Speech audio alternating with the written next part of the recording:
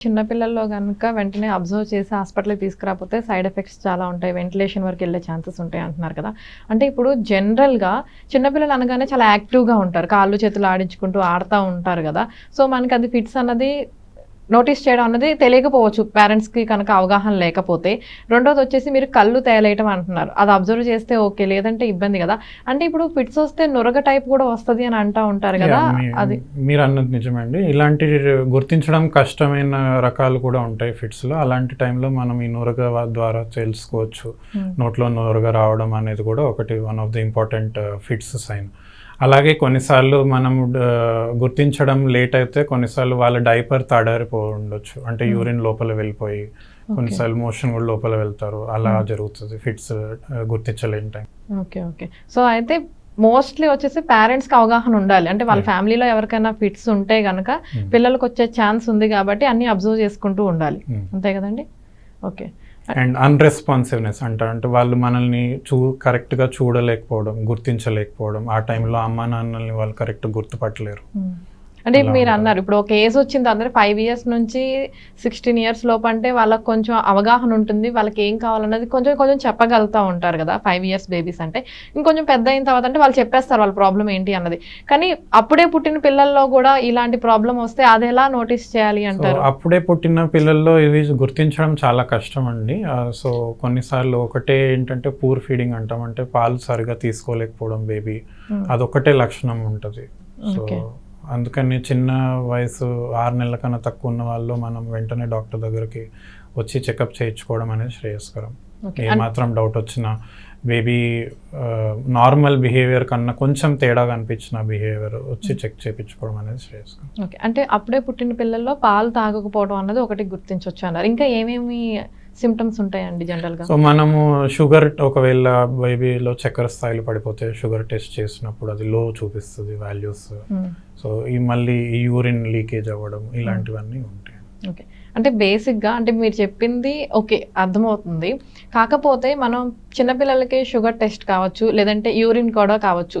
ఎందుకు ఇంత కంటిన్యూగా వెళ్తున్నారు అన్నది మనం అంత పిల్లలు కాబట్టి వెళ్తున్నారు అనుకుంటాం తప్ప మా పిల్లలకి ఫిట్స్ ఉన్నాయేమో అనే ఆలోచన ఎవరు కూడా అంత తొందరగా చెయ్యరు కదా! సో ఎలా అంటారు ఇంకా?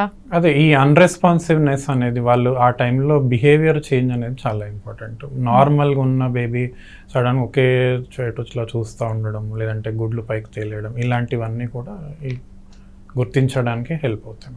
ఏజ్ని బట్టి ఫిట్స్ అన్నది మారుతూ ఉంటుంది, సిమ్టమ్స్ మారుతూ ఉంటాయి. కొంతమందికి వంశపారంపర్యంగా వస్తాయి అంటున్నారు, కొంతమందికి యాక్సిడెంట్ వల్ల జరగవచ్చు అన్నారు, కొంతమందికి ఏమో ఫీవర్ వల్ల కూడా వస్తుంది అంటున్నారు కదా! ఇంకా ఎలాంటి సిమ్టమ్స్ వల్ల కూడా అంటే మన ఫ్యామిలీలో ఎవరికీ లేకపోయినా మన పిల్లలకి వచ్చే ఛాన్స్ ఉందంటారు? సో మన ఫ్యామిలీలో ఎలాంటి హిస్టరీ లేకపోయినా చిన్న పిల్లల్లో కామన్గా చూసే ఫిట్స్ రకం ఏంటంటే జ్వరంతో వచ్చే ఫిట్స్ అండి. వాటిని ఫెబ్రల్ సీజర్స్ అంటాం మనం. ఇది జనరల్గా 6 నెలల నుంచి 6 ఏళ్ళ వయసులో చూస్తూ ఉంటాము. ఇందులో ఒకవేళ ఆ పిల్లవాడికి 5 నిమిషాల కన్నా తక్కువ ఫిట్స్ వస్తుంది, లేదా రోజుకు ఒకసారే వస్తుంది. అలాంటి టైంలో ఇది నాన్ డేంజర్ ఫిట్స్, అంటే అంత సీరియస్ ఏం కాదు. సో మనం ఒక బేసిక్ టాబ్లెట్ పెట్టడం జరుగుతుంది.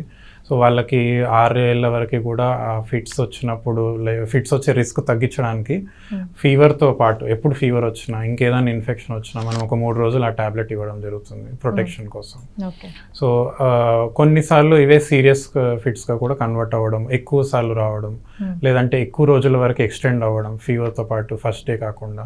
అలాంటి టైంలో మనం ఒక్కొక్కసారి ఎంఆర్ఐ వరకు కూడా వెళ్ళి ఇట్లాంటి జన్యుపరమైన కారణాలు ఏమైనా ఉన్నాయా అలాంటివన్నీ తెలుసుకోవడం చాలా ఇంపార్టెంట్. అలాగే ఫిట్స్ జ్వరం రాకుండా కూడా కొన్నిసార్లు వస్తాయి.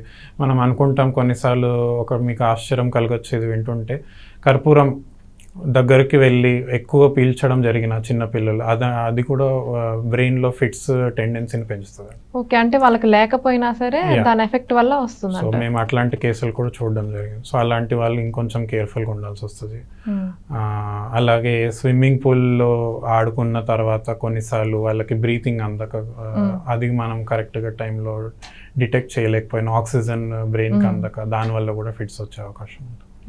అలాగే కొన్నిసార్లు మనము కాఫ్ అండ్ కోల్డ్ మెడిసిన్స్, మన నార్మల్ జ్వరంకి ఇచ్చే పారాసిటమాల్, ఇవన్నీ కూడా మోతాదుకి మించి అబ్నార్మల్ డోసేజెస్లో మనం ఇచ్చినా కూడా ఒక్కొక్కసారి అవి కూడా బ్రెయిన్లో ఫిట్స్ థ్రెషోల్డ్ తగ్గించి ఫిట్స్ వచ్చే రిస్క్ని పెంచుతుంది. అవును. జనరల్‌గా ఏంటంటే పిల్లలకి ఫీవర్ ఓవర్ వచ్చింది డోసింగ్ అనగానే మెడిసిన్స్ ఆల్రెడీ ఇంతకుముందు ఇచ్చినయే కదా అని ఆ డ్రాప్స్ ఏసేస్తా ఉంటారు. అది మంచిది కాదనమాట. సో అది చాలా కేర్ఫుల్గా ఉండాలి. అంటే మనం అందుకే చిన్న పిల్లల్లో వెయిట్ బేస్డ్ ట్రీట్మెంట్ ఇస్తూ ఉంటాం, సిరప్స్ కానీ టాబ్లెట్స్ కానీ. సో అది మనం మోతాదుకు మించితే కూడా ఒక్కొక్కసారి ప్రమాదకరం.